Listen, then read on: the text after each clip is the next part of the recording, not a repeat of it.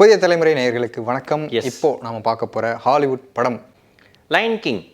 அது போன வருஷம். Mufasa the line king.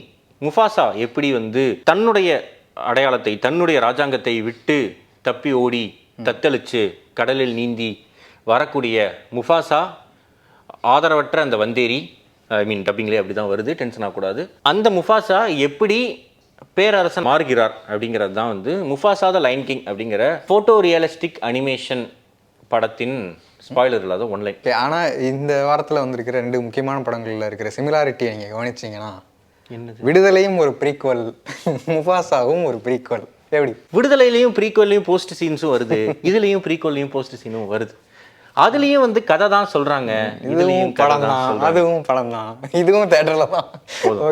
Okay கதை என்ன அப்படின்னா, முஃபாசா அவங்க அப்பா அம்மா கூட அன்பாலே அழகான வீடு அப்படிங்கிற மாதிரி இருந்துட்டு இருக்காங்க. அப்போ அதோ தெரியுது பார் வானம், அதைத்தான் நீ உரைக்கணும் அப்படிங்கிற மாதிரி மிலேலேக்கு போனால் எல்லாமே மாறிடும் அப்படின்னு முஃபாசாவோட மம்மி அண்ட் டேடி சொல்லிக்கிட்டு இருக்க, வா போய் பார்ப்போம் அப்படின்னு காலை வைக்கிறாங்க. பொதுக்கடின்னு விழுந்து மழை தண்ணி பட்டு ஆற்றுல வெள்ளம் போய் ஒன் ஃபைன் டே, அந்த பேட் டே அன்னைக்கு நடந்துருது.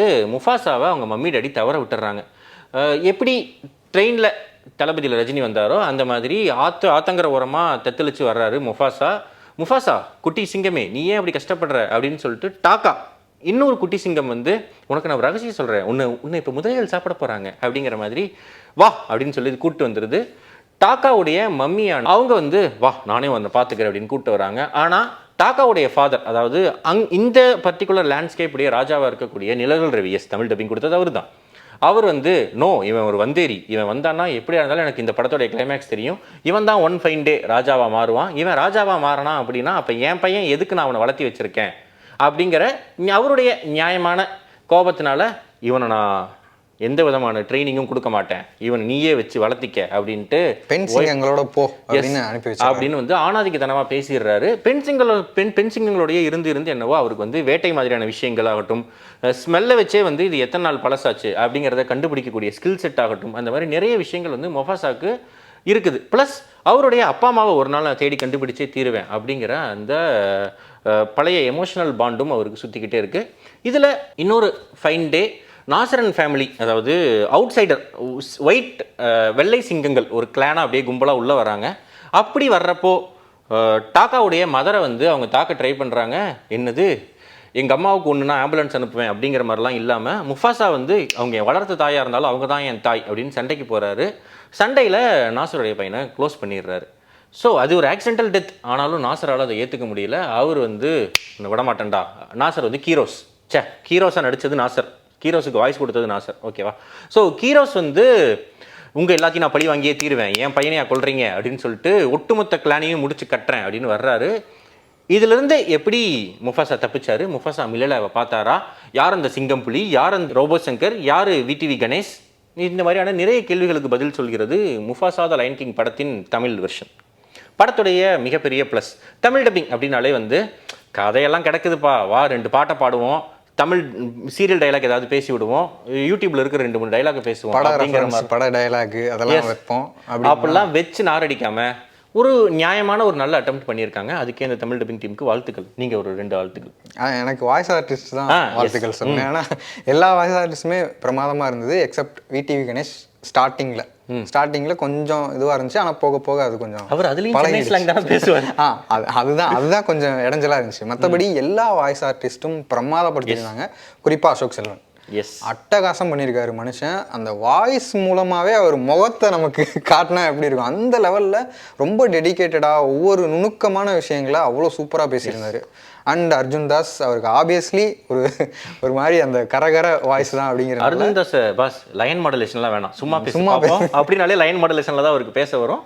ஸ்டில் அவருக்கே முஃபாசாவை கொடுத்துருக்காங்க. அசோக் செல்வன் எல்லா பெரிய ஆளுகள்லாம் பண்ணட்டும், நான் பெஸ்ட்டாக பண்ணுறேன் அப்படின்ட்டு குறிப்பாக அந்த பென்சிங்கிட்ட போய் அவர் ரொமான்டிக்காக சில விஷயங்கள், உன் மேலே மூந்து பார்க்குறப்போ ஒரு ஆந்த ஸ்மெல் வந்துச்சு தெரியுமா அப்படின்லாம் பேசுகிறப்போ, இனியா இவ்வளோ ரியலிஸ்டிக்காக நீ பேசி வச்சிருக்க, ரியலிஸ்டிக் அனிமேஷன் தெரியும், ஆனால் நீங்கள் என்ன ரியலிஸ்டிக் பெர்ஃபார்மன்ஸ்லாம் கொடுத்துருக்கீங்க, அதுவும் ஒரு டப்பிங் படத்துக்கு அப்படிங்கிறது ரொம்பவே நல்லா இருந்துச்சு. Ashok Selvan huge hats of.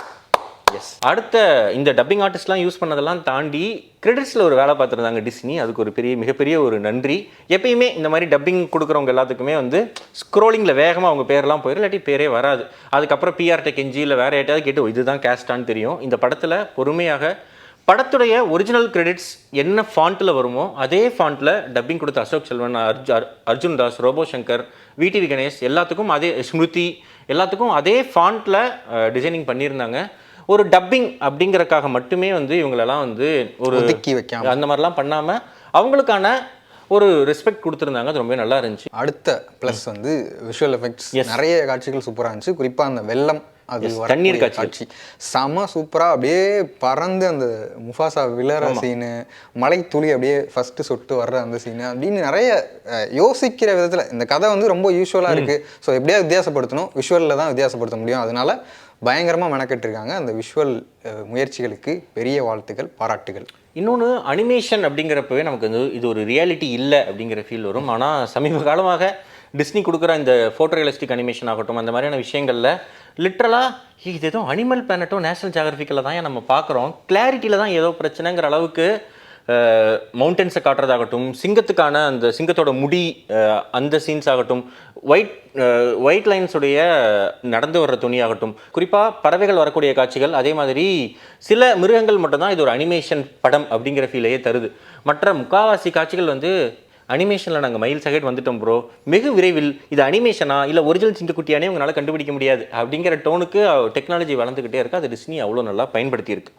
இன்னொரு விஷயம், முதல் பாகம் ஏற்கனவே 94 வந்ததாக இருந்தாலும் ஸ்காருடைய கேள்வியில் ஒரு நியாயம் இருக்கும்.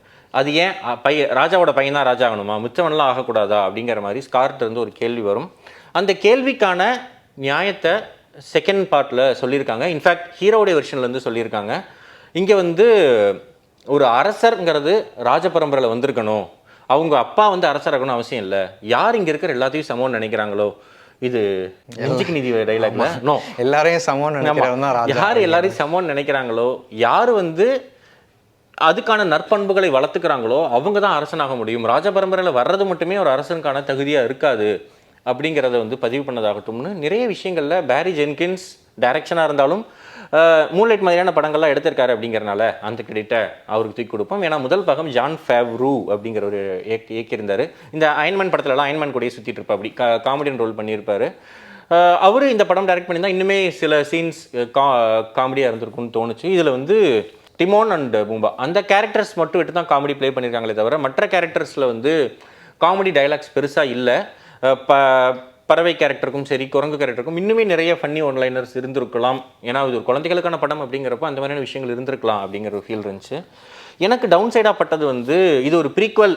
இந்த கதையை வந்து சிம்பாவுடைய குழந்தை வந்து ஆச்சரியமாக கேட்கலாம், ஆனால் நமக்கு தான் முஃபசாக்கு ஒன்றும் ஆகாது, முஃபசாக்கு எதாவது ஆச்சுன்னா சிம்பாக்கு என்னடா சிம்பா எப்படா இருக்குங்கிறனால முஃபசாக்கும் ஒன்றாகாது, முஃபசா சம்சாரத்துக்கும் ஒன்றாகாது, முஃபசா தான் ராஜாக போகிறாரு அப்படிங்கிறதான் தெரியுங்கிறனாலே செகண்ட் ஹாஃபில் ஓகே சரி தெரிஞ்சது தான், இருந்தாலும் நீங்கள் புதுசு மாதிரி சொல்கிறீங்க, நானும் கேட்காத மாதிரி கேட்டுக்கிறேன் அப்படிங்கிற டோன்லேயே கொஞ்சம் டீல் பண்ண வேண்டியதாக போச்சு. அண்ட் அந்த டாக்கா வந்து அதோடைய குணம் மாறக்கூடிய அந்த விஷயங்கள் டிரான்ஸ்ஃபர்மேஷன் இன்னும் கொஞ்சம் பெட்டராக எழுதியிருக்கலாம் அப்படின்னு ரொம்ப ஃப்ளாட்டாக இருந்தது. திடீர்னு இனிமேல் கேவலமாக மனுஷன் மாதிரி பிஹேவ் பண்ணுற அப்படிங்கிற இன்னும் ப்ராப்பராக அந்த எமோஷ்னல் ட்ராமாவோட எழுதியிருக்கலாம் அப்படின்றது தோணுச்சு. ஸோ ஓவராலாக இந்த படம் எப்படி இருக்குது அப்படின்னா, எல்லாரும் ஃபேமிலியாக சேர்ந்து குழந்தைகளுடன் பெரியவர்களும் சேர்ந்து பார்க்கக்கூடிய ஒரு விதத்தில் அந்த குவாலிட்டியோட ரொம்ப நல்லா எங்கேஜிங்காக இருக்குது. எனக்கு அந்த பாடல்கள் தமிழ் படுத்தப்பட்ட விதத்தில் சில மாற்று கருத்துக்கள் இருக்குது, அது அவ்வளோ நல்லா இல்லை. உண்மையாகவே நல்லா இல்லை. இந்த இன்கண்மணி உன்காதலன் அந்த பாட்டில் 2 ட்ராக் ஓடுமே வாய்ஸ், அந்த மாதிரி இதில் தமிழில் வந்து மியூசிக்கலுங்கிறனால பண்ணியிருக்காங்க, சுத்தமாய் சிறப்பாக இல்லை. அது மட்டும்தான் ஒரு பெரிய மைனஸ். ஸோ ஃபேமிலியோட குழந்தைகளோட தாராளமாக போய் முஃபசா த லைன் கிங் பாருங்கள்.